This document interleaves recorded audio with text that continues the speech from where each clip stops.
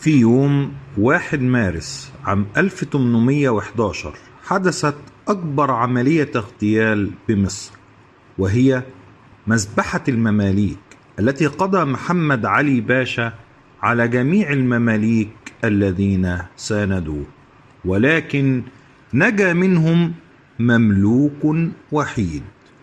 من هو المملوك وكيف نجا وما هي قصته؟ بعض المؤرخين والسائحين اللي دايما اعتادوا أن يزوروا الأماكن الأثرية في مصر وجدوا في بعض الأماكن وبعض المناطق الأثرية لوحة مرسوم عليها فارس يركب على حصان ويهوي به الحصان من على سور عالي. ولما دققوا في البحث وجدوا أن هذه اللوحة المرسومة تعود إلى زمان وعهد مضى، وهو زمن المماليك، وبالأخص هو زمن حكم محمد علي لمصر.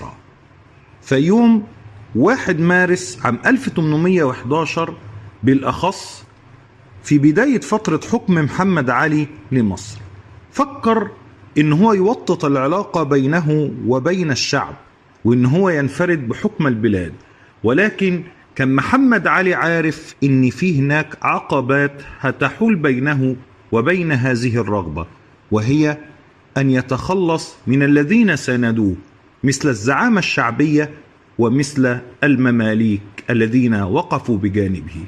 لذلك فكر محمد علي كيف ينفرد بحكم مصر، ففكر أن يتخلص من الزعامة الشعبية، فقام بحبس بعض الزعماء الشعبيين ونفي بعضهم.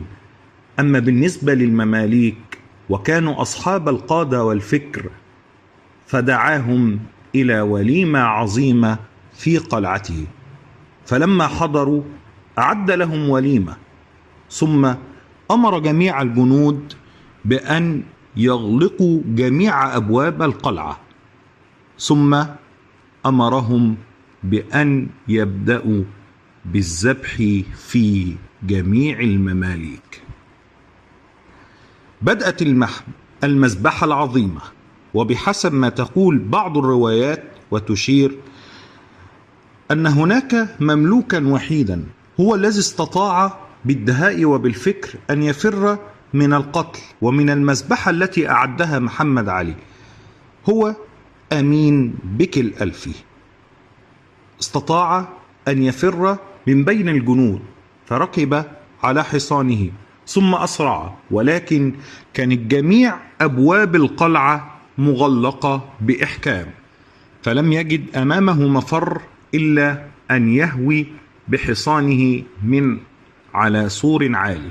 كان ارتفاع السور 20 متر، وفعلا قفز هو والحصان من فوق السور العالي. ولما صار على مقربة من الأرض قفز هو مترجلا، ومات الجواد من شدة السقوط.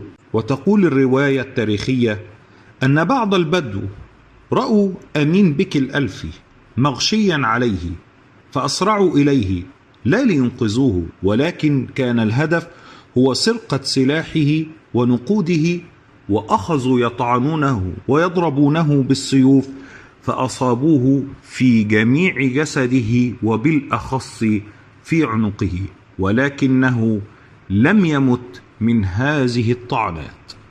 ثم عثر عليه بعض الرحالة والبدو الآخرون فقاموا إليه وأخذوه وعالجوه حتى تم الشفاء، وأخذوه معه ليحتمي ويذهب إلى سوريا.